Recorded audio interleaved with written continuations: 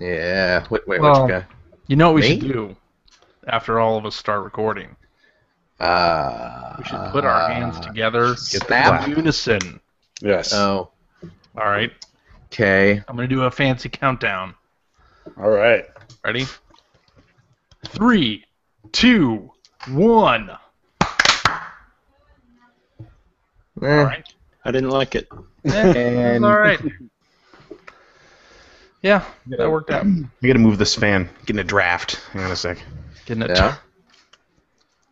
Getting a little wind up your shorts. Oh. Is that what that's about? Oh, Mudrun wants to submit something to the cover art contest. Uh-oh. Oh, there's a Too cover late. contest. It's too late. That's what he says on Twitter, that it's killing him that he didn't have time. Well, maybe No. he should suck it. You know what? That's one thing he could consider. I mean, it's a good lesson for him. I mean, if he's a professional, I mean, you meet Yeah, your you gotta deadlines. Exactly, there are month, eh? deadlines. Man. Jesus. If you're in the real world, we meet our deadlines. See, I was just going to say that it would have been unfair to everyone else had he entered. I don't know. I think the you pixel suck art it. one was pretty doggone good. Huh? Which one? Yeah. The one that had little pixel art portraits. We of each of cannot us. Yeah, that reveal was- which one No, won. That was pretty cute. Don't be showing any favorites. Let's not talk about that yet. I haven't Quite even seen frankly- them all yet, for Christ's sake. Can I'm I just go? saying that Can one I- was good. That one Can was I- good. Can I be cruel and say that we should just ditch all the listener submitted ones and go with Mike's old Welcome me, he next to level one? Oh baby. Not the Yeah, one that of was- the fox got a banging second the vote. chicken in the costumes. Nah, Well, I mean that one's for like Oh. anniversary shows and Special. like if we have a special guest or really something, and that's when we That's right. get who would be funny for us to get. Who would Yeah. be funny? I don't know. I don't know. Bobcat that joke Goldthwait. fizzled. 400 So- episodes. I'm out of jokes. I'm gonna Thank time God. to Let's start get back started. over at the Oh, beginning. man. Who knew it was going to take this long? I gotta loop it back. Episode 0 right now. Begin Go. the old quips. Did you say you're going to loop it back or lube it back? First one, then the other. Okay. So Man. I don't know. It sounds like you could hurt yourself in that first step if you don't do that second step. it really depends on the technique more than the actual. I'm all about technique. Mm-hmm. Well, sometimes some of us, that's all we've got is technique. Is this so. the podcast, by the way? I think this is one of Something. CJ's cold opens. Well, We're I, just gonna well, put in an I've intro got later. an intro and notes and all sorts of stuff. Oh Jesus. my Yeah, good see- lord. Well, We've got a I love every professional. 100 episodes. We've got so much professionalism. hold that, Rich. Hold that up again. Hold That up is again. voluminous. Wow. Look at that. You wrote an essay paper. That is 3 times as long as a How I Met Your Mother episode script. That's Rich's Player One fanfic. That's all that is. It's true. Oh, It's man. very true. We're here for a reading. Who do I hook up with report. first? Yeah. Tell me at least by the end you were just trying to meet the word count and said, I like Player One very, very, very. No. Wait. Fans of Player One rejoice. There it Player is. One There climbs it is. back to the top of the yarn ball. Oh, man. If you are a fan of podcasts like the Player One podcast, You will love the Player One podcast. All written out. Yes. All right, so we all have to be quiet and let Rich actually do his stuff here. We're let's- just having let's- fun with the guy. Really. The professional Christ. do his thing. Okay. all right. Are we ready? Yes. You're ready. Ready. Pretty much. Well, hello. Wait. Oh, Wait. oh, Jesus. for Motherfuck. I can't take another 400 episodes of this. Fart. Uh, I like the Genesis sound chip. All right. Okay, I'm Well, done. hello and welcome to a very special episode of the Player One podcast. I am Player One podcast superfan, Rich Grisham. 400 shows, almost 8 years into its existence. The Player One podcast has firmly entrenched itself into the new era of video gaming. What started rather innocuously as a way for longtime friends to keep talking about video games, even as their daily lives separated them, has become, whether they like to admit it or not, one of the most important and influential independent gaming discussions on the internet. If you look at the top gaming podcasts out there, the vast majority of them are connected to outlets whose main source of income is advertising from game publishers. Of course, if you look at the top gaming podcasts out there, most of them have ceased to exist. Coincidence? I don't know. But gaming sites and gaming podcasts come and go a lot these days, in fact. But meanwhile, the Player One podcast soldiers on each and every week, delighting its audience and inviting the community to come together in ways that few, if others, do. Were CJ and Greg prescient back in October of 2006 when they launched the show? Did they realize that the traditional ways of publishers communicating with their audience were slowly and then quickly dying off? Did they know that thousands of people would eventually gather around their listening devices every week to hear the latest about Monsters Ate My Condo, Gran Turismo, Dynasty Warriors, and Jurassic Park Builder? Did they have any idea that screaming babies and ringing telephones would become beloved staples of their shows? No matter what, though, people like me have come to consider the Player One podcast as much a part of our lives as anything else, and in some cases, the better parts of it. So I am delighted to be able to host the 400th episode of the show just to say thank you to the guys for doing what you do. We love it. So, speaking of these guys, let's meet them, shall we? Up first, we have a man who started writing professionally about video games at the tender age of 11, a man who has staked a legitimate claim that Rusty's Real Deal Baseball should be sports game of the year, a man who has spent several sleepless nights because he missed a few shout-outs to listeners that said hi to him at PAX East this year. From Georgia, my friend, Mr. Chris Johnston. Hello, Chris. Hey, how's it going there, Rich? It is going great. Thanks for that amazing intro. That was great. By the way, there is no way any of that was vetted by Lee Alexander. I think I hear a... Wait. I think I hear a tweet going out. Up next, we have a man who remains fiercely independent in his opinions of games, unless, of course, they are produced by a certain development studio in Nova Scotia or any of its partners or affiliates. A man whose will remains unshaken, even in instances where he is proven utterly incorrect, such as his insistence that Grid 2 is anything except an all-time racing classic. A man who is not afraid to finish Grand Theft Auto Chinatown Wars live on the air, my friend, Mr. Gregory J. Seward. Mr. Seward, welcome to the show. Thank you. Up next, we have a man who starts every phone call with Xbox and PlayStation support with a, "Don't you know who I am?" A man who managed to kill 2 generations of PlayStations in one unfortunate week. A man who cries a lot when he wakes up from a nap and then blames it on his son. My friend from California, Mr. Phil Theobald. Hello, Phil. Welcome to the show.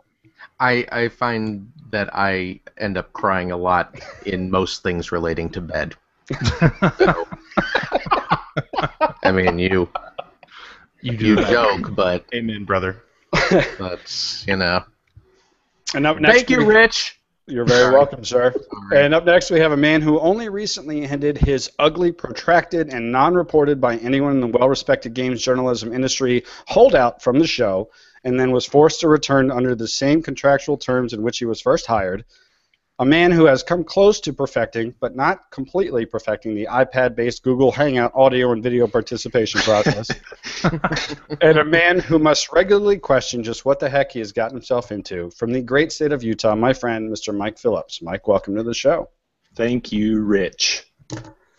400 episodes. We're very happy. I am very happy to be here. As I mentioned before, I am a super fan.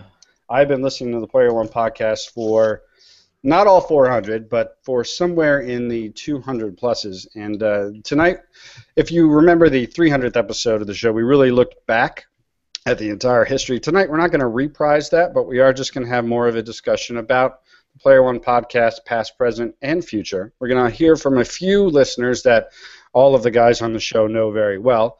But we're going to start with a question for Mr. Chris Johnson. Chris.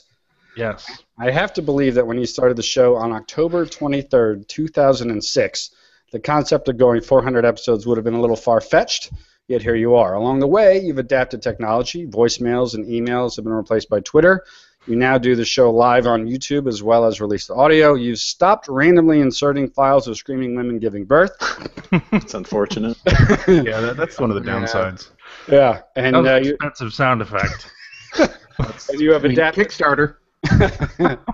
And you adapted formats as well to some degree, but in reality, the show resembles its original self more than it differs. Have you ever stopped to assess what you created and what it's become these low 8 years later? Yeah, I didn't even think we'd get to episode 4. Honestly.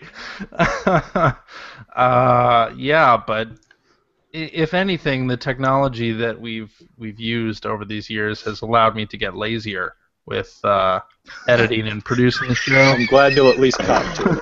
Yeah, it shows.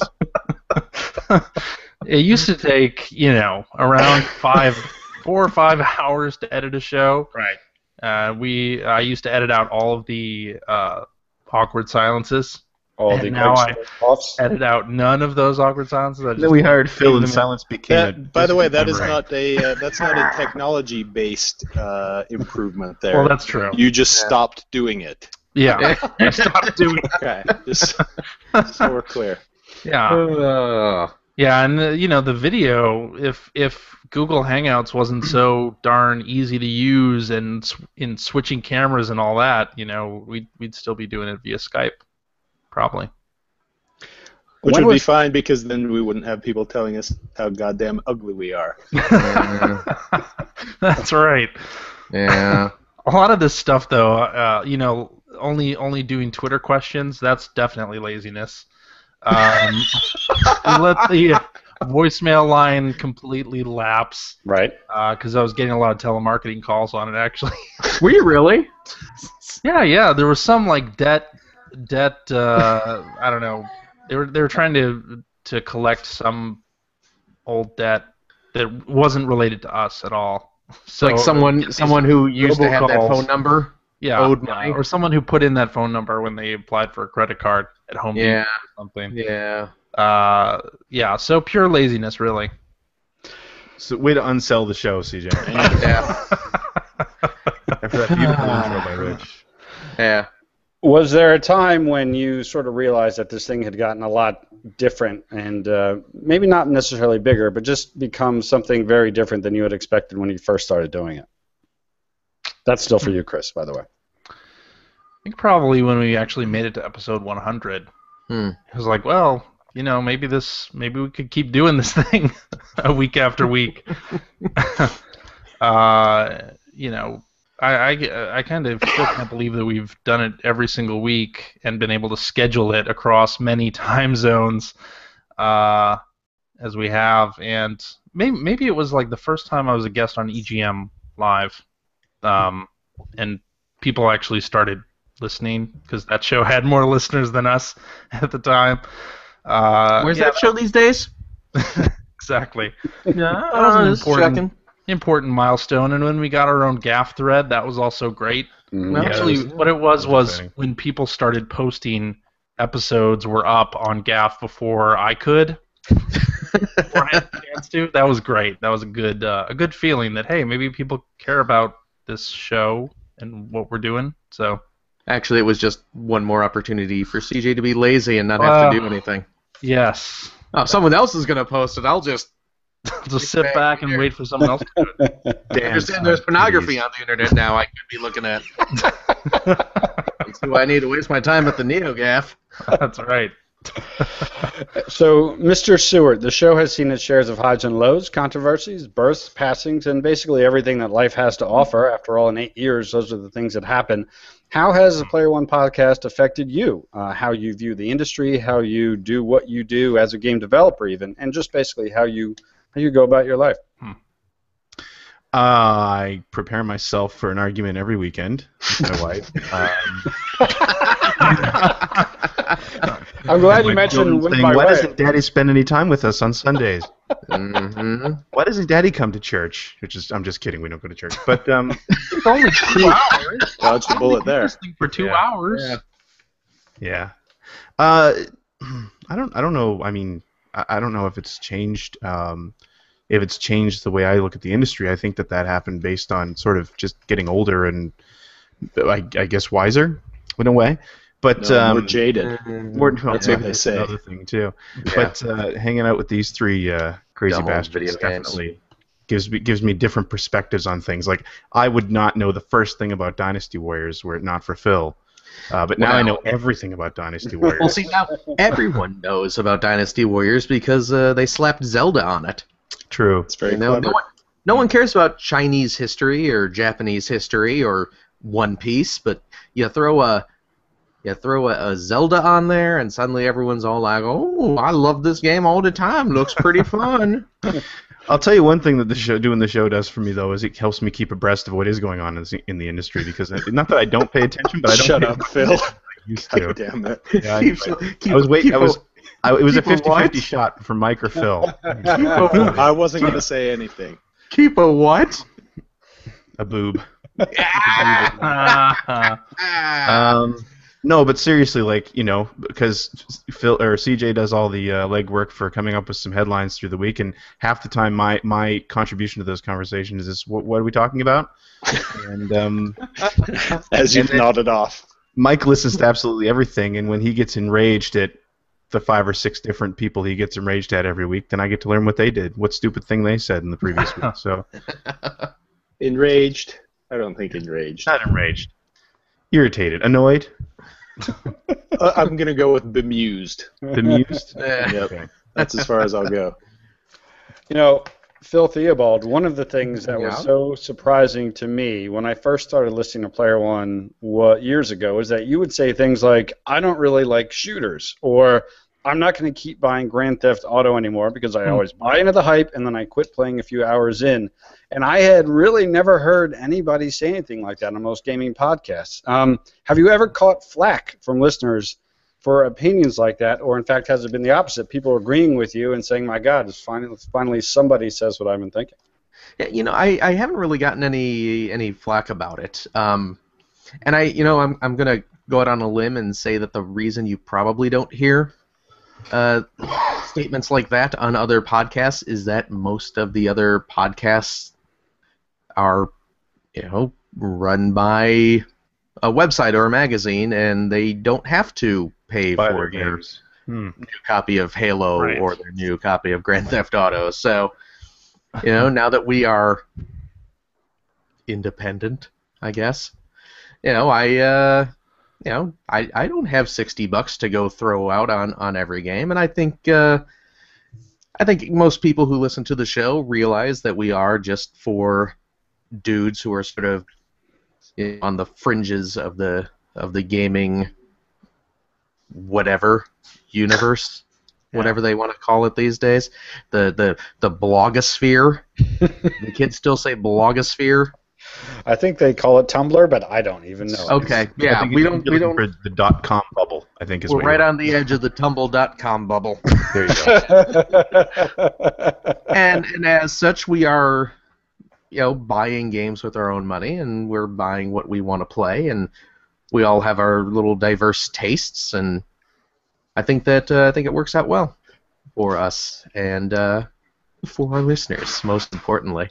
And a follow-up to that, you were known prior to the Player One podcast for the various outlets that you've written for, but you've had a chance, obviously, to become not just a guy writing a review or a preview, but just be able to talk about the different things that you like and dislike. Has that changed has that freedom to explore and talk about that actually changed some of the games that you have played since you basically got out of the full-time gaming industry? Well, I will say it's nice to be at an outlet, I suppose, that I can't destroy necessarily. You do your level best, though. I try. We applaud your effort. One of these days, man, I'm going to come up with something really racist or really sexist, and they'll just wipe us off. That I wouldn't do that. That would be rude. That would be. Come on. I'm having a laugh. You know what? It is nice to not be attached to an outlet just because I do have that freedom to play whatever I want, and I don't know if I wouldn't say that I've branched out more, other than the occasional title or 2 or 3 that the guys have been really hyped about and end up selling me on. Crackdown, obviously the big example. The original BioShock was another big one. I thought BioShock 2 was your favorite, actually. You know what? BioShock 2 is my favorite along with Crackdown 2. So wrong. Let's have this fight right now. Yeah. BioShock 2 or BioShock Infinite? BioShock 2. BioShock 2, please. Don't make me choose. Oh boy. Don't make me choose. But I will say one of the nice things about getting out of a professional video game outlet, full time, was that first time I was able to just sort of sit down and play a game that I wanted to play. It's kind of amazing. Yeah, it was an odd feeling because I realized that I haven't really done this in years. I haven't sat down and just popped in a game that I want to play and not have to worry about, what I have to Monday go start playing this other game that I'm not terribly interested in, but the preview has to be done or whatever, so. Or even just the way you play the games that you even want to play, right? You don't have to finish Assassin's Creed in 2 days or something like that. Yeah, exactly. Yeah. So Mike Phillips, Sir. the games journalism field is now a smoking ruin, a shell of its former self. Virtually all printed publications have shut down. Most of the few remaining so-called mainstream gaming websites have long since shoved out respected and well-paid staff in favor of interns and fresh-out-of-junior college writers whose experience with games begins in the PS2 era. So I ask you, mission accomplished? Man, I think that is more scathing than even I would have characterized it, Rich Grisham. You cynical bastard. You want to be the new fourth chair? Oh, man. Also, I don't know if you've heard, but there's a website called Polygon.com, and it's pretty awesome. I want to know what game Mike is playing that I can hear the controller clicks on. I'm not playing a game. No? Are you sure? Yeah. Your his eyes off something over there. I'm watching pornography, but I'm not playing a video game. Oh, That's fine. Well, then that's fine. That clicking you hear is my bionic member. Oh, wow. There was another tweet. I'm pretty sure that was a cartoon back in the 80s, actually. Yeah, it came on right after Magilla Gorilla. Yeah. Bionic members. Yeah. Mike, you are certainly well known for picking apart various journalists and sites. Why do you continue to expose yourself, no pun intended, to these sites seemingly over and over again, as well as the podcasts that accompany them? I can't explain the podcast thing. I really don't have an explanation for that. The stuff on Twitter is just stuff that gets retweeted. I don't follow any of those jackasses. The stuff just shows up in my Twitter feed, and I am compelled to respond. I don't know why I'm compelled to respond, but it just happens that way. I don't know. People say stupid things, and I like to point them out. I don't dislike any of these people. I just think that some of the things that they say are incredibly stupid. All right, well, let's move from people saying things that are incredibly stupid to somebody saying something that is not. We have a longtime listener, a message from a longtime listener, and I will play it. Hopefully you will all hear it. This is Donald Terriel, hacker alias Donald Mick, and also known as Stuff My Phil Says on Twitter, the unofficial Player One podcast live blogging service. I started listening to Player One, like probably many other people, because of the original One-Up implosion when I didn't know what my podcasting lineup would look like for the run of a week. But honestly, the thing that kept me listening was the camaraderie of the hosts, the fact that they discussed games in a fashion similar to how I would honestly do it. And it helped that there was a local guy there who would I was familiar with from the old EGM days. And quite frankly, there's been a few moments when this show has nearly caused me to pull a header on the bus on the way to work, such as when Mike Phillips taught us all how to find jaunty tunes and pornography with Kinect.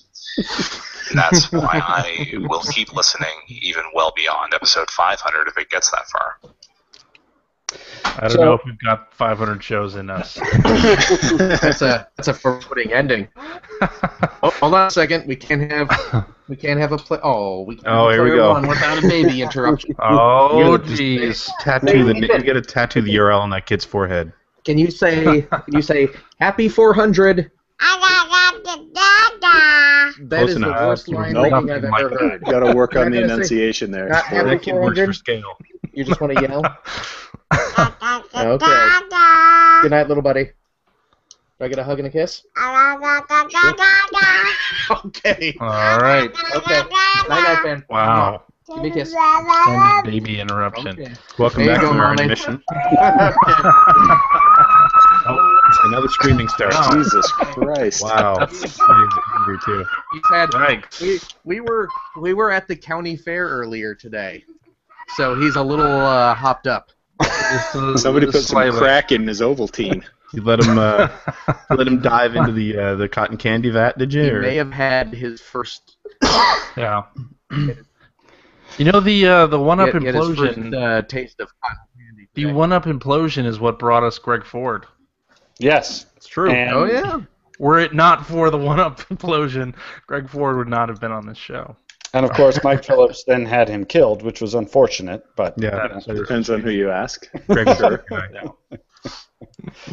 But, when you hear something like that, though, and I know that I've seen them in the forums many times as well. There are a lot of people who have been listening to you guys for a long time. This is not something that people have been listening to for a few months or even a year or two. There are some long time, 5, 6, 7, 8 year listeners. What does that mean to you, CJ? That means everything, really. I mean, the reason we continue doing this show and struggling through scheduling this thing week after week is because people listen to it, and especially the people who have been with the show for multiple years. Like that it's great. And the other thing, like at PAX East, meeting so many people, having so many people come up to me at the Adult Swim Games booth and say hello, I've been listening to Player One for years, was so great. And that's why we do this whole thing. Same question to you, Mr. Seward. Well, CJ said it all. I mean, and I'm still floored by the fact that people have listened to us for so long. I mean, I'm really glad that that's the case. What it's meant for me too is that I feel like I've been able to do other projects and have sort of already have a platform for it. Like with Generation 16, I never would have started that without doing Player One. Player One, the fact that people were listening and being complimentary and even being critical, it definitely gave me the confidence to try to to put the time in to try to do something new, and I feeling that I would have sort of a basic audience for it as well. So it's everything. I love that people care what we have to say about things. Phil, when you receive the tweets that you often do, where people will randomly send you pictures of something or mention you, often people you haven't met before or had interaction with before, but turns out they're a listener and they see something. I mean, that's got to be kind of weird and strange and funny all at the same time when you have so many people out there who you've never met who know so much about you and then communicate with you at almost random times. Well, I usually just block and then report for spam. So Twitter makes that really nice and easy, so I don't have to worry about that sort of thing. No, you know what? It's fantastic. It's super sweet. It's flattering. I love that. Again, we have these thousands of unfortunate people who listen to this show every week, and they get a little bit of enjoyment out of it, and they get in on some running gag, and someone will start sending me pictures of Bane or whatever. Whatever stupid joke I've been doing that week or whatever, and it's fun, and I've gotten a chance to meet a handful of the listeners, and they've always been super cool, and like I said, it's flattering and super nice. So, Mike, you did the intro to episode 200. You were on the show, well on the show by episode 300, and now you remain the fourth chair longer than anyone else here in episode 400. Is that true? Really? really, None of us knew that. That seems like a grievous error. we gotta fix this. This was never meant This to will be happen. my last episode. How much longer do you think the tryout to become a permanent member of the Player One podcast will actually last? I don't know. It still does kind of feel like I'm, special guest vocalist or something like that in a way. Maybe because I listened to it for so long before I became part of it. So it still does feel very much like I'm crashing the party, but I'm fine with that. So CJ, I'm sorry. go ahead. Really, without Mike, we wouldn't have the Christmas songs that we have had. That's true. For the last several years, which are always a special. Whether that's good or bad, it's up to you, the listener. The world would not have gotten to hear Greg Ford singing a Christmas song. Oh my God! Oh, that was the best. That Yes, was indeed. absolutely the best. Yes, indeed. Terrible. So, I keep interrupting you. I was the only one of us to. Sorry? I was the only one of us to guest on the Fanboys Lunchcast. That's true. Yeah, we went to Salt Lake City for that. That's right. Sure. No, Mike, I was just going to say, Mike, in regards to your extended tryout session, I believe I was referred to as a special guest for like 3 or 4 years. Really? I finally just said, you know what? We might as well hang on. We probably aren't going to get rid of him. He bought a microphone. We should, yeah. That was the commitment you had to show. You bought the microphone. Yeah, It's I bought like, a mic. well, he spent $30, so. Yeah. Hey! It was like. I think they're 100, aren't they? Blue Snowball, 75, something. It was about 60 actually. Oh, okay. Well, there you go. It was about 60. That's So- a lifetime. That is a commitment. So come on, man. That's why we had to have that Kickstarter for those like $25,000. So we I could still each, do enjoy going back and listening to some of those old episodes that we recorded on SOCOM headsets or like USB gaming headsets that clicked. Yeah. Because I had to edit out most of the clicks my headset would make during recording. That was fun. Yeah, The one of really the awkward part was it was just Seward saying the word click over and over again. Click. CJ, one of the things about the internet is that there is just full of negativity, and yet wherever I read about the Player One podcast, for the most part, it is always very positive. How have you managed to pull that off? Well, I don't know if you've heard, we're a very small podcast. Rather easy to avoid negativity when you fly under the radar, really, as we do, as we seem to. I think in part the reason we do this show is because we like talking about games with each other, and we all sort of dropped out of the journalism part of the industry, so it wasn't as easy to be jaded on things.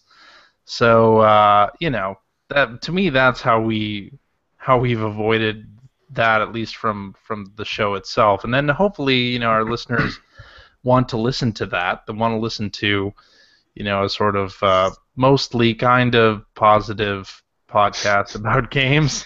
Yeah, we're not. We get our share of criticism, but I think even that is usually pretty fair and level-headed, and I haven't had a problem with any of the criticisms that people have had with us. I think they're fair from that person's perspective. I think they're legit. Yeah. And I think also we offer. I did see someone that other podcasts don't quite do. Like I listen to a fair amount of other gaming podcasts, and I like to try to. I hope we're different, anyway, than a lot of them, and certainly different than the professional podcasts. Greg. I'm sorry. I keep interrupting. Oh, Phyllis, I don't know what it is with you. Are you lagged or something? Because you were. I must be lagging. Absolutely perfect timing. I must be lagging. That's We've lost Mike. Mike is on the floor laughing. Hold on a second. Here, let me. Let's see if I knock it down from close browsers. Phil, please go ahead. 8 torrents. Okay, let me just knock out maybe 3 of these. Okay. Okay. Phil, please go ahead. There's only so much porn you can download. I mean, seriously. In a day. No, I was just going to say in terms of the criticisms and stuff. Ages ago, some time ago, I did see someone online, and I'm sure you guys will agree, that Phil Theobald is aggressively unfunny. So that's one of the ones that I think is fair and level-headed, even-handed. Yeah. And I remember when I saw it, I was like, You can't really defend it, right? I mean, no. You have to But- be honest with yourself. See, the part that's completely subjective is whether or not you are funny. The part about you being aggressively unfunny, Aggressively, that is whatever you completely are. objective. Thank you. And yet the strange thing about that is Mr. Phil Theobald seems to have retired all the voices. They have been put in the closet. What happened with that? You know what? It's you want to make it like a special treat. If you bane every week. I've been impressed just in this episode because CJ earlier on said something about determining if they could do this for several hundred episodes, and I thought I was going to get Goldblum then and there. You thought, The best part is for me that for me the absolute funniest moment of the show had nothing to do with Phil and had everything to do with Phil's wife Lena. Oh, well, I guess you were the straight man in this situation. Was Also the, subjective. Yes, the beginning of the. Here you go. The beginning of the Bane voice, I think, when you were apparently holding your new child above your head. Oh yeah. When I broke his back. And after you'd made your little speech there, you could hear Dana in the background going, "Honey, that's not as funny as you think it is." with the worried mom voice, like, "Please don't drop our child. Please don't drop our child." Well, the thing was, because I was doing the little, what would breakfast? Your body, Actually, I think it's your body, I don't even remember. That movie sucked. It didn't matter because her line was the funny one. Yeah, so. So I did the little speech, and I'm holding, and he was weeks old at young, this point. yeah. He was very, very small, and he had a little Batman onesie on, and I was holding him up, and I brought him down, and I didn't actually knee my. Well, they're son in the flexible back, when they're that little. You didn't actually break his spine? No. Just pretended. Just in case DCFS is listening. I've taken ample stunt work classes, so I can fake breaking an infant's back without actually harming the child. You're impressive. But thank you. It's a skill that comes in handy more often than you would think. But I cracked his back on the knee, and the thing is we weren't even doing the show on YouTube at that point. No, I wish we had. The visual was for absolutely nobody's benefit but my own. and my poor wife had to stand there and watch and just shake her head and think maybe I get the feeling that her line may have been pre-recorded. She just trots it out periodically. Yeah, that's not as funny as you think it is, honey. Yeah, it's a little sound chip she wears around her neck. She has a little locket on her neck, and you open it up, and one side has the picture of me, and the other side's the sound chip, so she can just. In case of this, press this button. Yeah. In case of Phil. In case of Phil. Yep. With so many professional gaming podcasts out there, Greg, I know that there have been times where the show has received certain criticisms that you may not have all the systems or you may be displaying clear biases. Have you ever interacted with anybody directly that has sort of not quite understood what the Player One podcast is? I'm sure I have at some point or another with all those people. And you know what? Those people who say that we're showing clear bias, yep, we absolutely are. And that's what we bring. That's what we bring to the space. I mean, we're not trying to be, and that's one of the things that we get to do because we're not a professional podcaster. We're not paid by the industry. I mean, we buy what we want. We play what we want. And yeah, I've seen that. Even recently I saw that where someone was saying, well, you can't trust what they have to say because only 2 of them own an Xbox One. I was like, well, okay, but I think you can trust what we say even more because we spend our own money on this stuff and we buy and play what we want. And if there's something we don't like, then we stop playing it. We don't have to sit there and play through something in a week. And we can be honest about it because we're beholden to nobody. And that's what I love about doing this. All right, I think it's time for another listener recording, this one from another longtime friend of the show, and I think you'll know who it is pretty quickly. Hey guys, it's forum member Levity NYC here. I just want to take some time to thank you guys for all the hard work you've done doing 400 podcasts. Well, 399 or so. we won't count that missing episode 93. I just wanted to thank you guys again. Back when I started listening, sometime around the Ted Woolsey episode, I didn't even know what a podcast was, and somebody had linked to it from the GameSpot forums. And here we are all these years later, and I'm still listening, and it's still the only game podcast to listen to. You guys have been with me to the gym. You guys have sat with me in long car rides in traffic. No matter how much I hated my job at the time, you guys were always kind of there to be a voice in my ear to kind of listen to when I was having a long day.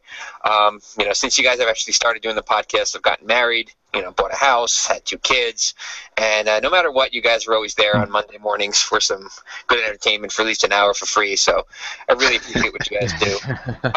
You guys have their forums, which are, it's a large enough group to feel like there's always an activity going on, but it's small enough to feel like I kind of know everyone and everyone kind of knows me. So it's really awesome. Nearly all of my followers on Twitter and friends of people on Twitter, I've met pretty much through the forums and because of the podcast. I'd never gone to PAC East before, and I would never have gone if it wasn't for the podcast and didn't know some people that were going to be there from you guys. And I was lucky enough to meet CJ and Greg a few years ago, so it was really nice to meet you guys. The podcast itself really kind of invigorated my interest in gaming again.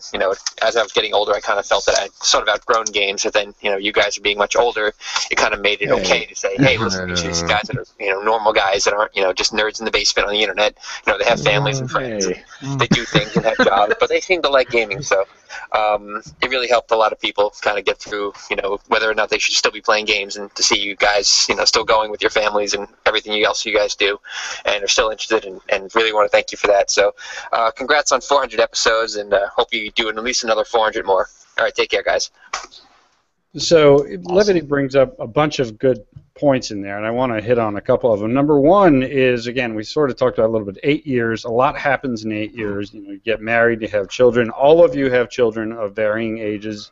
So I think at least 2 and maybe 3 of you have gotten married since the show started. I know Phil and CJ have. Yeah. Greg, I don't know if you were married when the show started or not. I got married about a month before the show started. Okay. CJ actually flew up here for my wedding. Yeah. Oh, yeah. And a lot of your listeners are around the same age, and a lot of your listeners have had a lot of those similar kinds of things. And you get those questions on Twitter quite a bit too. How do you make time to play games with when you have young children and things like that? So, has the feedback from the community have you seen it change as the show has gone on? And I'll start with you, CJ. Well, I think we used to get a fair bit of comments about there's so much baby noise in the background. I think what happened was those people stopped listening, and the people who actually have children kept listening. Right. So, it's been fun. 8 years. That's a long friggin' time to do anything. And I starting this podcast, I never would have thought, that we'd still be here doing this, and that I would have a daughter, and that Stewie would have 3 kids, and all that. So I think we attract a certain type of audience, maybe, and usually the people who are like, oh, this podcast sucks, I can't listen to it anymore, are the youngins. Mike, another thing that Steve brings up is the fact that not a lot of people that he knows, or his friends or people he worked with, play games. I know that Greg and CJ both work in the games industry. You do not. Do any of your friends that you associate with in real life play games, or is the Player One podcast kind of that outlet for you to discuss them? It's difficult to answer that in as much as I don't have friends. That's sort of a complicating factor. That can't be true. You know what? I am surprised continually at the number of people that I work with in a totally non-gaming related field, the number of people that play games. And they don't mention it, they don't say anything about it until you say something about it, and then they can't wait to talk to you about it. And that always amuses me, including at a previous job that I had a boss who one day saw that I had a PSP on my desk. And this was a guy who, at the time, I was probably 30-ish, and he was in his 50s. And he saw that I had a PSP on my desk, and he asked me about it, and he asked me if I had Tiger Woods Golf, and I said yes. And we spent the whole week playing wirelessly Tiger Woods Golf, him in his office and me developed in Nova Scotia, by the way. There you go. So yeah, I don't know, but the podcast is definitely the outlet for talking about it. That, in addition to some Skype conversations that I have with pretend internet friends that I've not ever met in real life, but those are the two outlets for talking about games for sure. Phil, yeah. When you first started writing about games, did you think that you would still be playing games, I don't know, 10, 15 years later? Did you foresee yourself basically through adulthood being a gamer, or did you kind of think at some point you would trail off and not have games be such a central part of your life? And this is directed towards me? Yes. Okay. You know, Wait, I just went to the guy with the Pikachu cake pan on his wall there.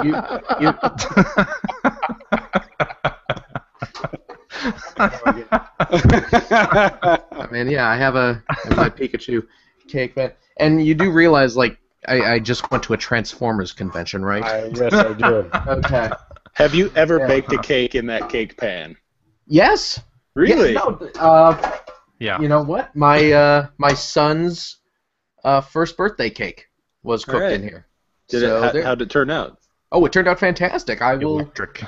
You know what? I will He have ate to, his weight in Pikachu cake. I'll throw the picture up on the Twitter again. But I did tweet pictures of it back in the day when I was producing it. So I also have a right above it. You can't see that, but I also have a Mario cake pan as well.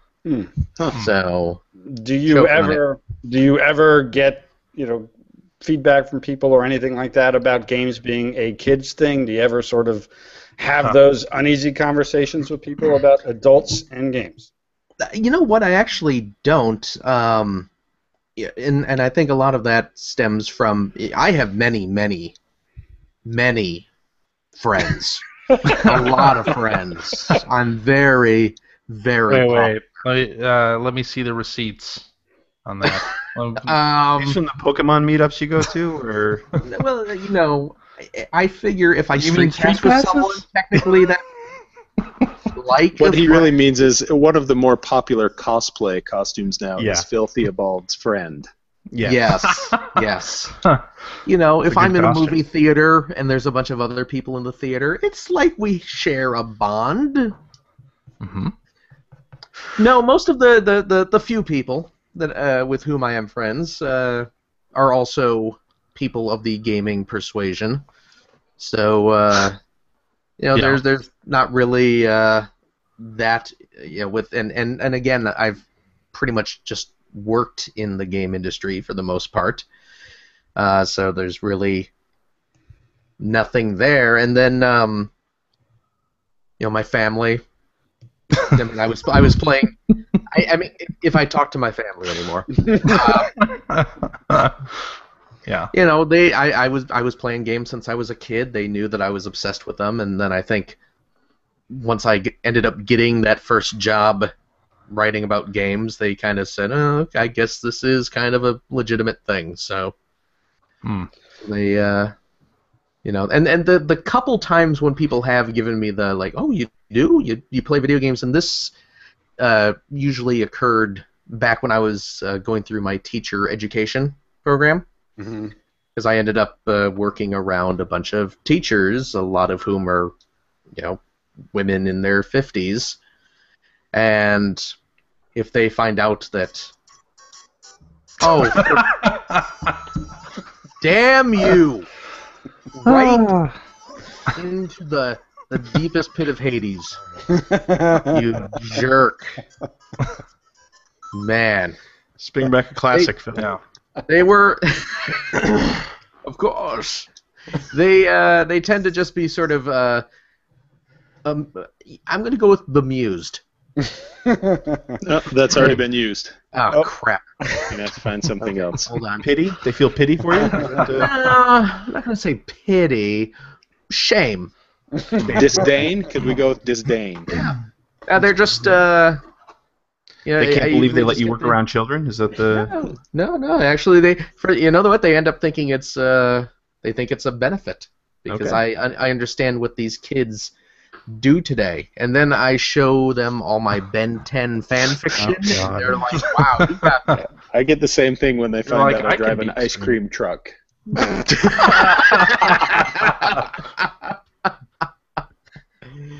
Oh.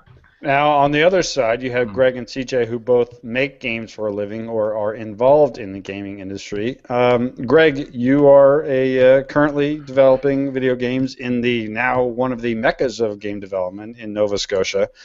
Do you do the people that you associate with have as wide of of gaming taste as the panelists on this show, or do they tend to like the same kinds of things? What is the gaming ecosystem where you work these days? Where I work, it's a very wide range of tastes. You know, and the cool thing about the office that I'm in is I'm actually one of the older people in the office now, which is kind of depressing. But It's terrible. there's one guy who's older than me who's actually from the UK, and he actually got his start coding on the microcomputers, so he's got totally different tastes than I do.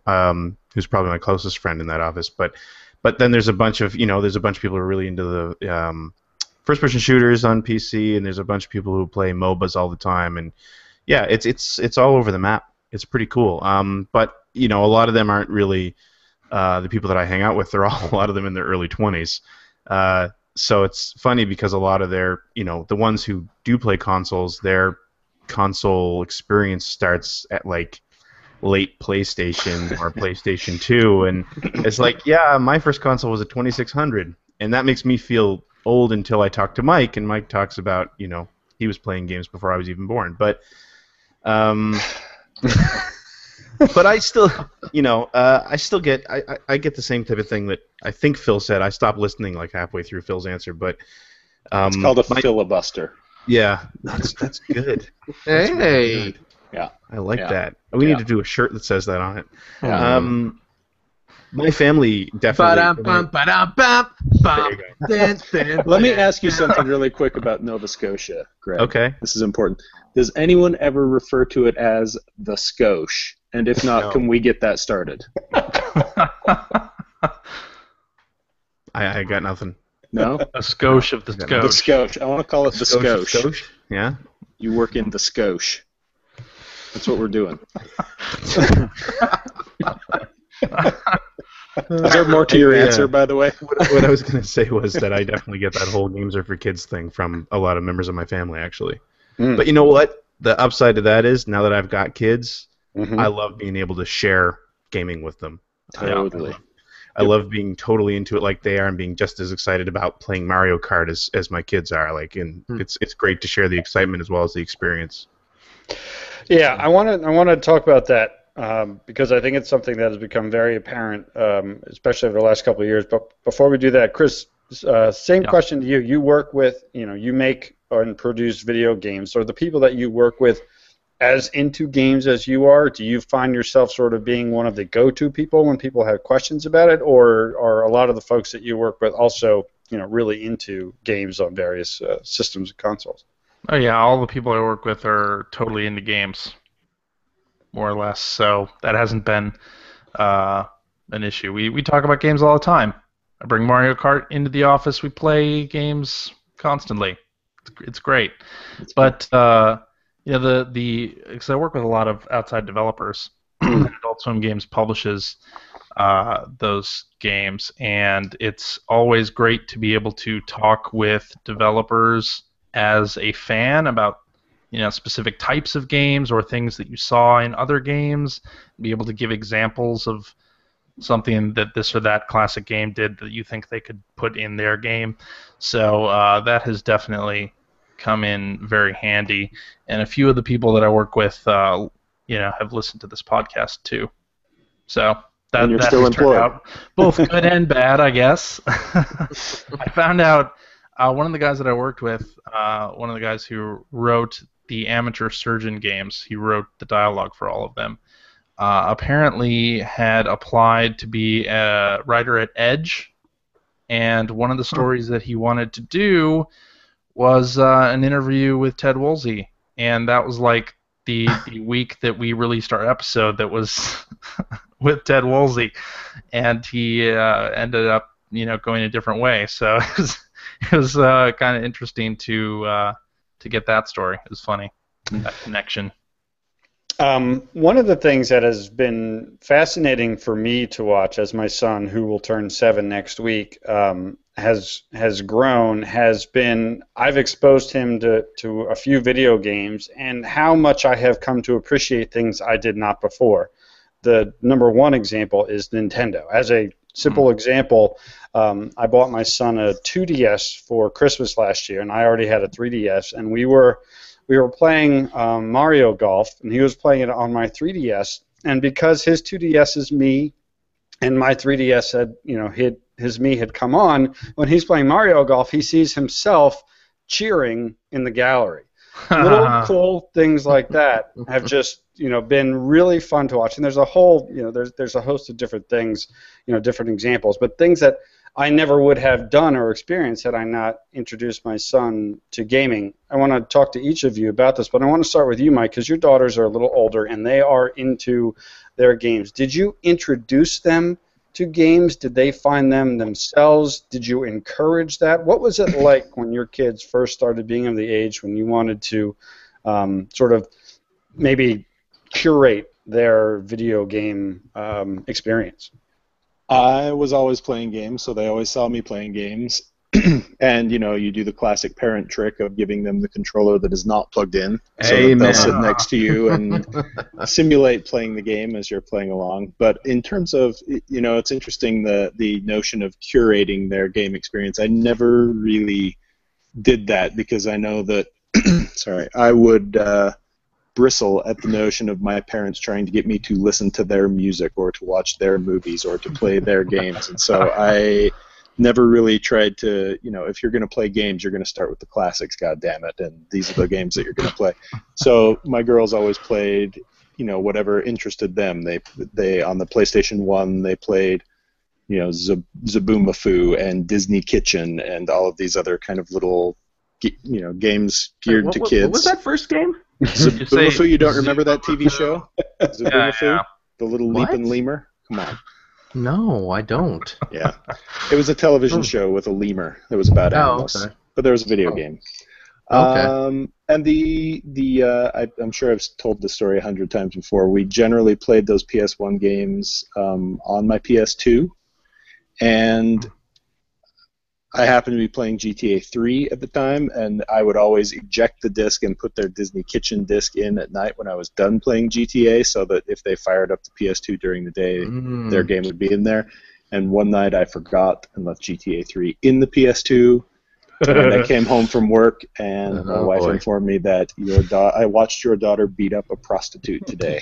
And I said, that's my girl. And then she came home and started playing the PlayStation. It was very strange. No, but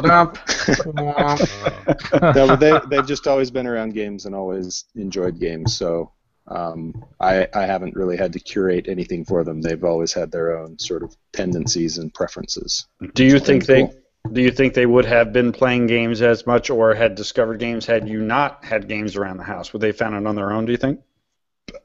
Probably not to the same degree. I don't think. I think they probably would have found other things or not, been exposed to as many different platforms or different types of games had I not played so many of them. So, yeah, I don't know what else they would be doing, but probably not as much as they played games. Greg, you have 3. Your oldest probably knows his way around. Oh, and there. What did you do? What did you do? Oh, there's number 1. Jesus, Rich. Settle down, for God's sake. This is ridiculous. Goodness. This is a shambles. This is a Travis Shamockery. Bush League. This is So yeah, your oldest knows their way around the controllers. All your kids see you playing games. You talk about it regularly. Have you ever had any second thoughts about them getting into games or seeing you play games, or has this always sort of been, hey, look, I make games, I play games, it's a part of our lives. Join me. Let's do this.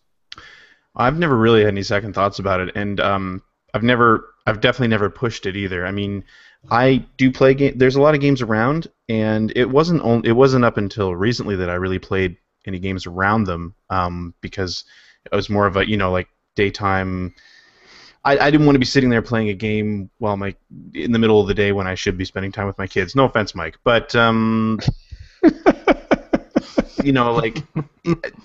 Then we've gotten to the point where there's more appropriate games to play, like where they will sit down and play with the 3DS because New Super Mario Brothers 2 is on there or something like that, or when Mario Kart came out, that sort of thing.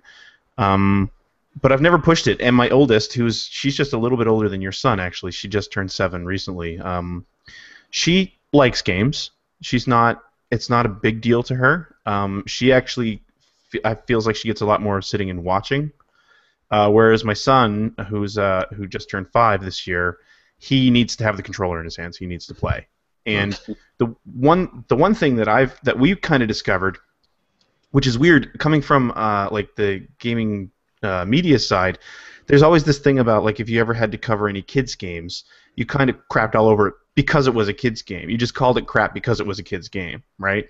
But what I learned when we were first sort of actively trying to give our daughter especially some games that we thought she might enjoy, man, people do kids games really poorly. They're not all bad, but man, there are some terrible kids games out there. Especially games that are geared for girls, I will say. Absolutely. Especially games that are geared for girls, which is frustrating because I have 2 girls. Yeah, exactly, and so do I. And it's like we got her a Dora game. She was really excited to get a Dora game, and it was impossible.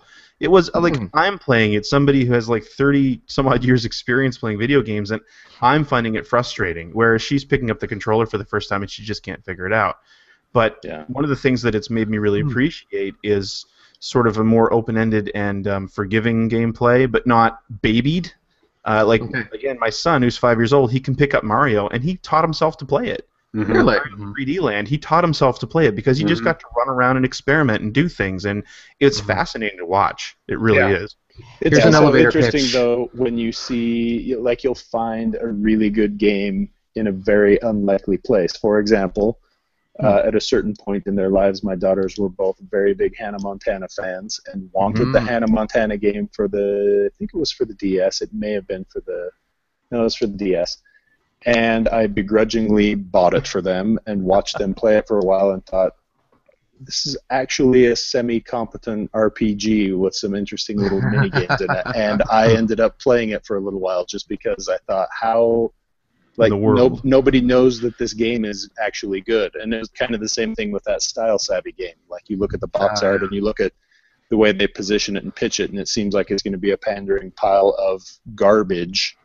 And it's actually a really good game. You just never. It's impossible to know practically. I encountered that back when we were at EGM back in Oakbrook there with what was it? The Sabrina the Teenage Witch games for the Game Boy Color. What was it? It was was it Pocket Gamer? Was that the probably the portable game magazine? Yeah. Yep. Ended up getting some. Actually, what was it? Because Pocket Gamer was usually just kind of handled by random people around the office, whoever had a free moment, and then a lot of freelancers. And my wife actually got on as a freelancer for one of those issues, and the guy running it gave her the Sabrina the Teenage Witch game because she's a girl, right? She should. She knows what girls like. She should like this. So I brought it home for her to write a review on, and she starts playing it. And she plays it for like an hour or so, and then she comes out to me and says, Phil, would you mind playing this game for a little bit? And I say, okay, yeah, sure, why? And well, because I kind of like it because it seems like it's good, but I mean, it shouldn't be, right? In those cases, I can never decide what's more astonishing, that the game is good or that there was someone who gave enough of a shit to make it good. Well, and it turned out that those games were developed by Way Forward, so well, there you go. And it turned out it was just a decent little platformer with really nice animation and that sort of thing. I'm going to go back to the Dora game for a second, though, Greg, because I have an idea. You're a developer. You can make this happen. Oh, God. Open world. Mm-hmm. Dora the Explorer game. We can have it. You know, it can be a crossover with Diego too. Why not? You know, throw Ni Hao Kai Lan in there. That wouldn't work. But yeah. But you play as Swiper. And it's pretty much just like GTA. You're running around, you're swiping things, you're being a jerk, you know, destroying bridges, picking up Dora's backpack and throwing it into the woods, and then you're dodging. You know, your wanted level goes up the more you swipe, and then you have to hear swiper, no swiping. Yeah, and then, you know, Boots starts chasing after you, and you got to get out of there, obviously. This is getting worse and worse. I don't really have a version of Super Mario Brothers of my own. I find myself wishing that I did. You don't own a Super Mario Brothers? I don't think so. Own a copy of Super Mario Brothers? No, well, you would know because I'd be playing it right now. That's true.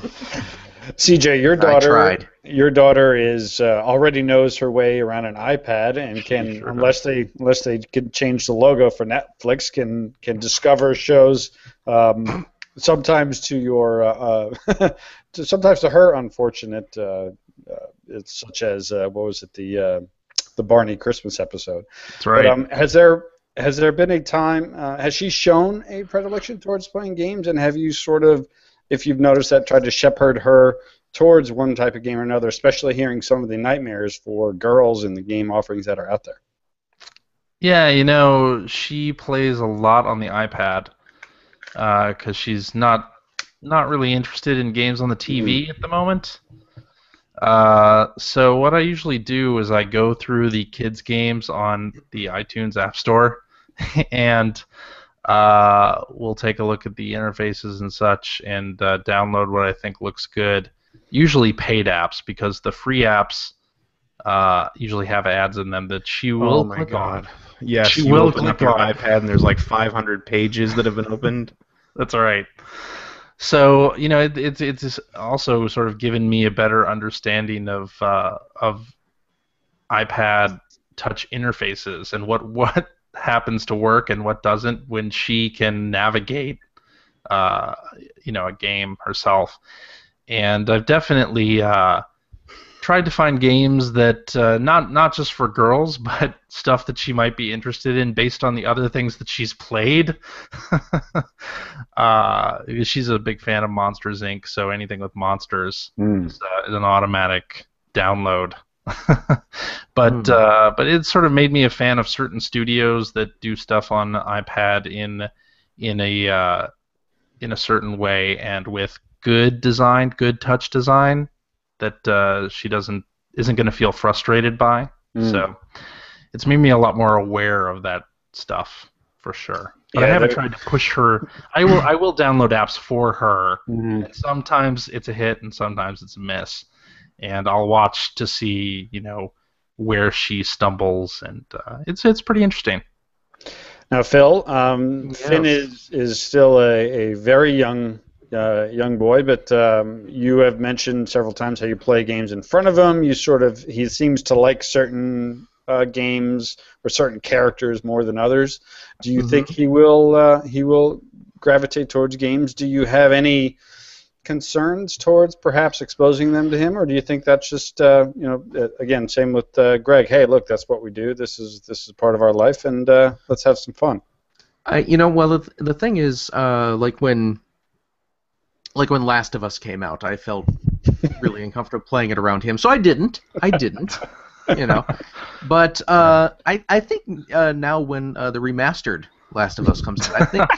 Well, he's a year older, so I think he's at a point true. where he can He's ready to probably handle handle it. Yeah. So, no, yeah, I do think that there's no point in withholding games from him. I'm of the mindset that there's no point in limiting. Are you gearing up? I'm just queuing it up. Are you gearing up case it's your needed. Mario? Oh my god! Wow, that's funny. I am not of the parenting ilk that believes that television or games need to necessarily be limited or withheld because they are very integral parts of our society today. And if you're limiting, you can only watch so much TV. Well, can you only read so much book? Can you only play so much baseball? Book singular, just one book. Yeah, the Bible. I'm going to go read Come on, book. CJ. Oh, right, the Bible. Yeah, he. Oh God.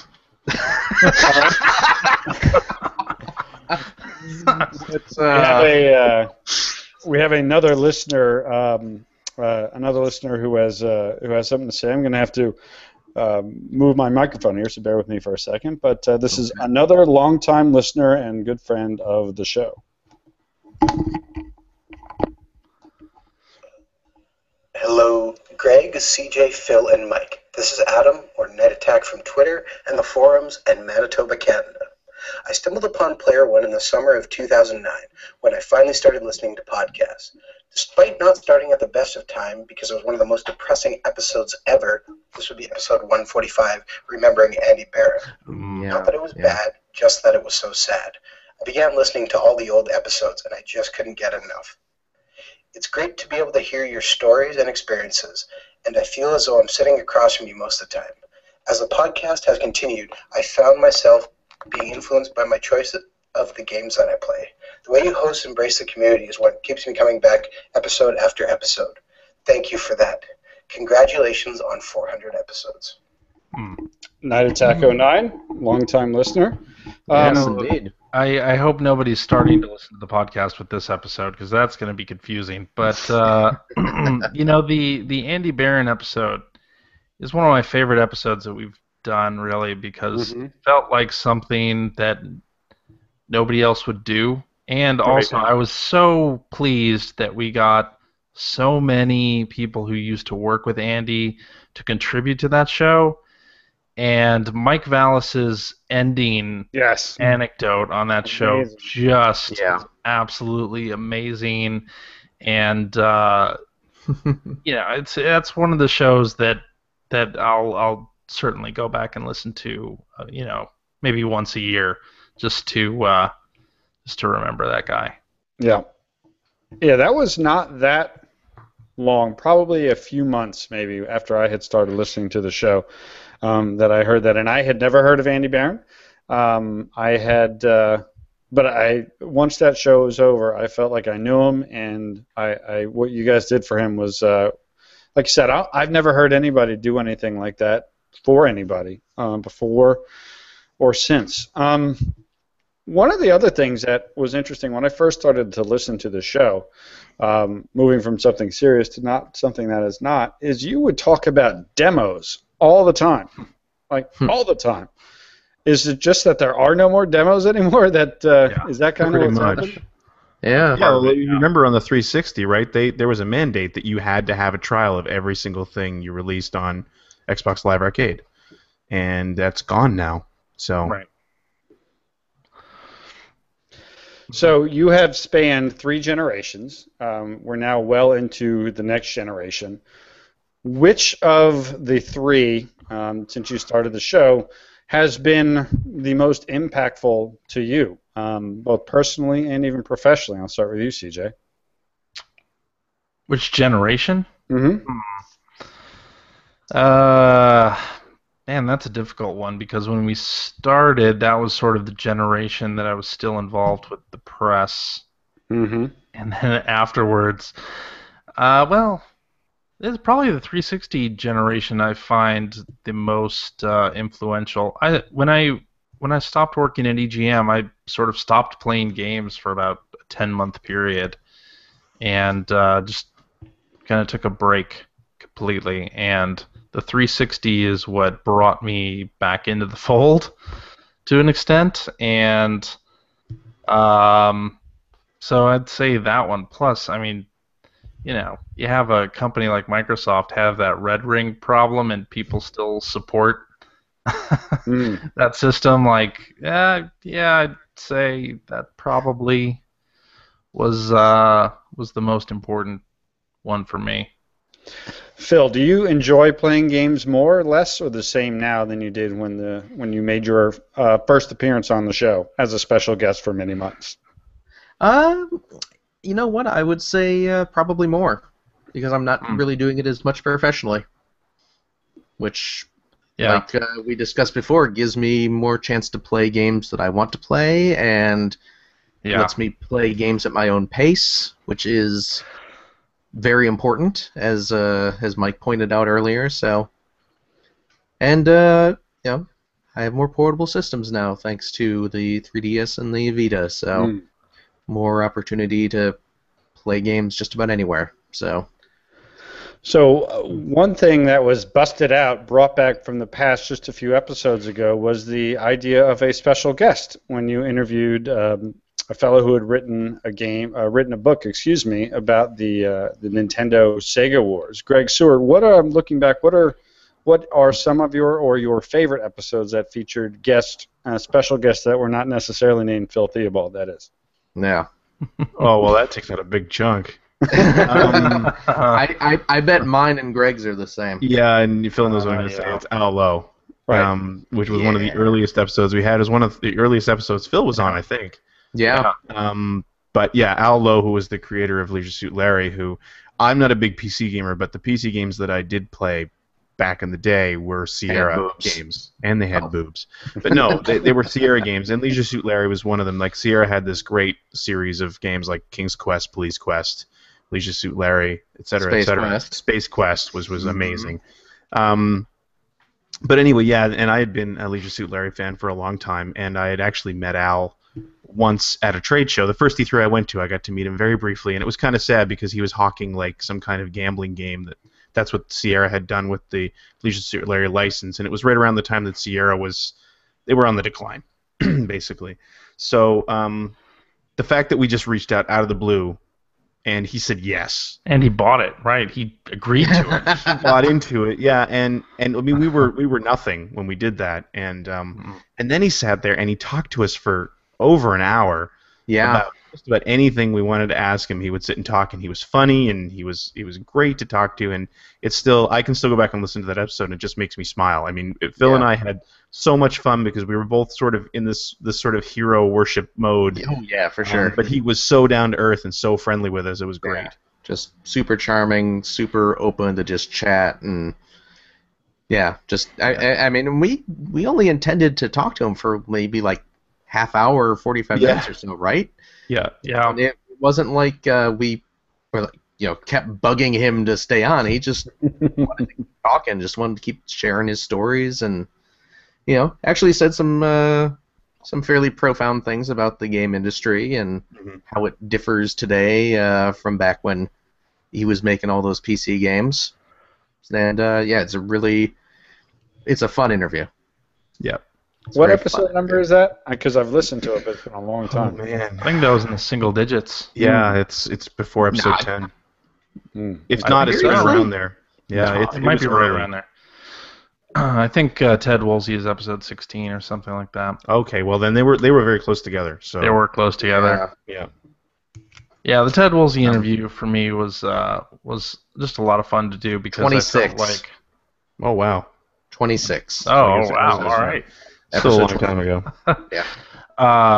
Final Fantasy VI, released as 3 in the U.S., was the first RPG that I actually bothered finishing and was really glued to, and it was fun to interview that guy just about RPGs back in the 16-bit era when a lot of people didn't pay much attention to how they were translated. So that was fun. Mike Phillips, now that you are officially and have been officially on the show, what ugly secrets about the Player One podcast are you willing to now share to the world now that you can and that you know everything? For the episodes on which I appear, I'm the only person who is on time. That's true. Wait, I usually start the call. So I know, but I'm the one who's ready. That's true. It's me and you, Sport. I'm the one who's been sitting there waiting for the call. Not the rest of these jackwads. Hey, It's true. It's I either go before the show or I have to stop and go in the middle. So the other ugly secret is that some of the best stuff happens before and after the recording. But I would say that, wouldn't I? But it's true. Yeah. No ugly secrets, though. These three guys are true gentlemen and masters of their craft, whatever that is. Whatever that craft is. Greg is the master of craft dinner. Yes. That's true. Yes. I have a gigantic That's how they box do of it up in the Skosh. Yeah. Yep. Is this going to happen? This is going to We're work, gonna make right? this happen. This aren't is we? going to happen. Skosh. Live from the Skosh. Yeah. Live to tape from the Skosh. You're listening to CJ and the Skosh. No, the Skosh is the place. God damn it! Don't ruin this for me. I know. One of the things, and I mean this in a good way, that the Player One podcast has ruined for me are most other gaming podcasts. There are still a few that I do listen to, but for the most part, the unfiltered conversation, the frankness, and again, you mentioned earlier, Greg, the fact that you are very, very happily able to say what you like and what you don't like makes it so much more refreshing than most others. CJ, as the show has evolved, have you purposefully taken stronger stances with certain things such as Nintendo or Apple just because you can? Or do you think it would have been that way no matter what? Well, everything that's good about the show has been purposeful. Everything that nobody likes is an accident. Yeah, I mean, I listen to other gaming podcasts as well, and am frustrated in part by the characterization of Nintendo by a lot of other podcasts. Apple, whatever. You don't really talk about Apple anymore. What happened? Do I need to? It just seems like you my job is done here. I don't need to defend them anymore. They're already dominating I feel like the world. within the first 100 episodes, my character on the podcast was very into Your Apple. character. You're claiming this as a character now. That's cute. Right. Wow. Yeah, and my character is really obnoxious. I got it. aggressively obnoxious. Well, I don't like to brag. Let me tell you something, Filthy Abode. You are a much better method actor than Chris Johnston. Thank you. It's one of those things where, I think we got comments that, I don't want to hear about iPhone, I don't want to hear about apps or whatever. did. So Yeah. we sort of stopped talking about that stuff, and I didn't feel it was as important on this show to, continue beating any sort of drums for that platform over Android.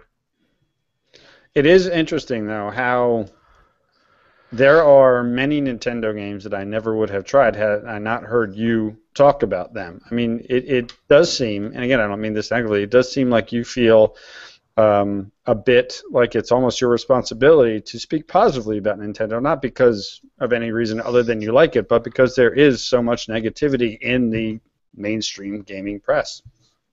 Yeah, I mean, I feel that Nintendo makes the kind of games, they still make the kind of games that I want to play, that I grew up with and enjoy playing, and whereas the rest of the industry is, trying to churn out the games that'll make the most money. Nintendo obviously is a for-profit organization. They like money, but they don't consider industry trends towards genres or themes or any of that type of thing. The poor downtrodden Nintendo fan. Exactly. Sega. That's exactly what it is. And I listen to 2 or 3 Nintendo podcasts, so maybe I'm slightly influenced by that too. So, last question for Mr. Greg Stewart. Will you ever understand either the Miiverse or the Vita Near? The my God, Miiverse, Nier. the Miiverse, I'm starting to come to grips with. Does anyone understand Nier? Nier? Yeah, that's an impossibility. Does that even exist anymore?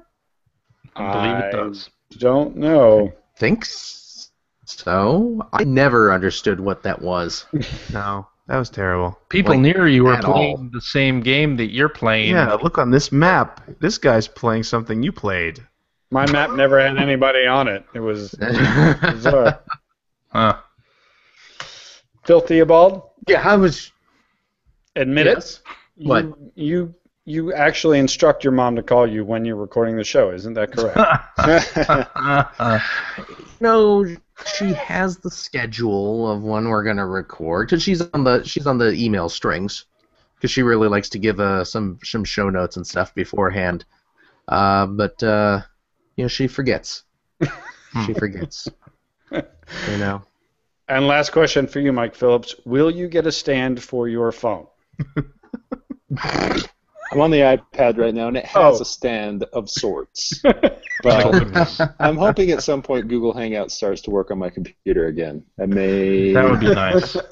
do some drastic measures Although, and reformat. when you were on your computer, it was more like a flip book or like a slideshow. And I feel that. See, this is the part where you're pimping Apple again. No, it's a stealth pimp. Stealth pimp. Ugh.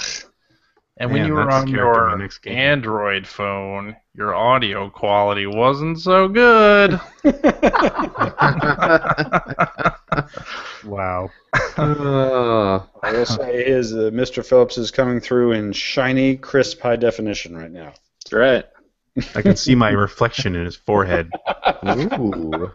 It happens. Wait, who are you Hey, to talk? listen, it wasn't an You just insult. dim It was your just an room so there's no observation. glare. It's just an observation. I powder. Well, Yeah. I just want to say once again, on behalf of all of the listeners of the Player One podcast community, thank you guys. It is absolutely part of my life each and every week to hear the show.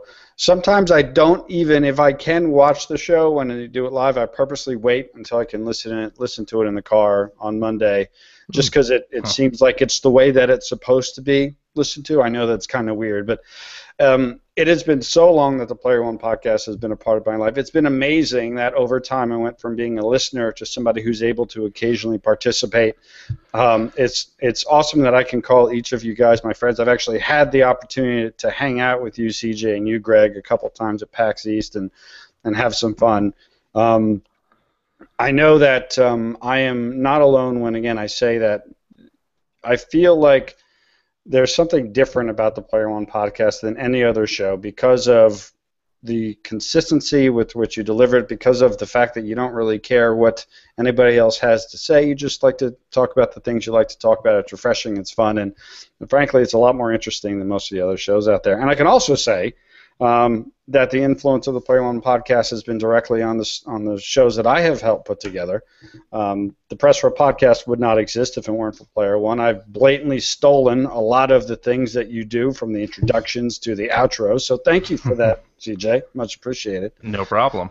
But as you can tell from the listeners that were able to participate tonight, you do certainly touch a lot of people, and you mean a lot to a lot of people. So we thank you for that, and we hope that you keep on doing what you're doing for a long time, because you're part of our lives, and you're part of our video game experience, and frankly one of the better parts. So thank you guys for what you do, and please keep them coming. Sure. We'll see what you do. The interesting thing, there was a time, maybe a couple of years ago, where I wouldn't rush to edit the episode. Like, if it was too late on a Sunday night, I would just go to sleep and do it Monday night. And but then, people on the forums and people on NeoGAF and Twitter started saying, hey, I was looking forward to a show on Monday, and there was no show. And I sort of looked at it on my own podcast listening habits and how I look forward to certain shows on certain days of the week, and sort of dislike when somebody misses CADcast delivering a show that week.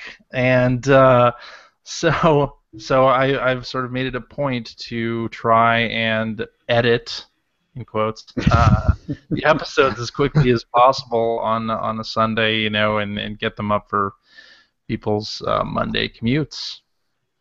That's all. That's all on you, listeners. That's all on you. Your negative reaction to my laziness has caused other laziness in this podcast production. Well, and we do appreciate it. Now, at this point in time, it's the awkward time where I go, Phil, do you want to do the outro, or should we just call it a show? Maybe we should just call it a show. Okay. Before we do, Rich. I want to talk for 5 more minutes. There we go. Before we do close the show, Rich, I want to thank you on behalf of all of us, too, for coming on and hosting this episode. As usual, you do a fantastic job. You do a fantastic job on your own shows, and I personally feel really lucky that we've crossed paths with you in the podcast world, and really appreciate that you come on and do these shows for us. Well, it's my pleasure. It's my pleasure, and I love the fact that we have crossed paths and that together we can, promote each other's projects. It's awesome when you are able to meet with and work with great people. It's just good things will happen when that happens. I don't know the promote each other's projects. CJ's editing out that press row mention. You know that, right? That's the only bit of editing he's going to do this week. Right. No. Staying in. All right. Well, hey. So thank you very much. This has been the 400th episode of the Player One Podcast, the best show on the internet. Thank you, everybody, for listening. Thank you, everybody, for watching. And thank you, CJ, Greg, Phil, and Mike, for doing what you guys do. You're the best, and we love you for it. Thank you very much. Cheers, and, if anybody's wondering what the outcome was from the album art and theme song contest, we're going to reveal that next week. Nice. Yeah. Nice. We really did get some excellent submissions. We did. Holy crap. And, I got to hear all of them and look at all of them. Yeah, it was great. So. We are so lucky that we have such talented listeners because we ourselves are untalented completely. Well, except for Mike. Mike's job is to do this stuff. Come on now. Wait, okay. In Take umbrage. In the area of drawing, designing new album art, Mike is the only one qualified of us. My Take-Two cake turned out pretty well. And in terms of theme song, I don't know. We could probably put together the Christmas jingle. We could do something like rockapella. It's Christmas time. I sure give you awkward pauses.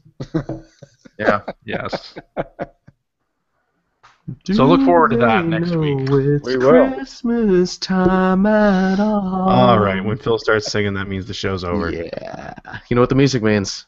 Our time is up. That was a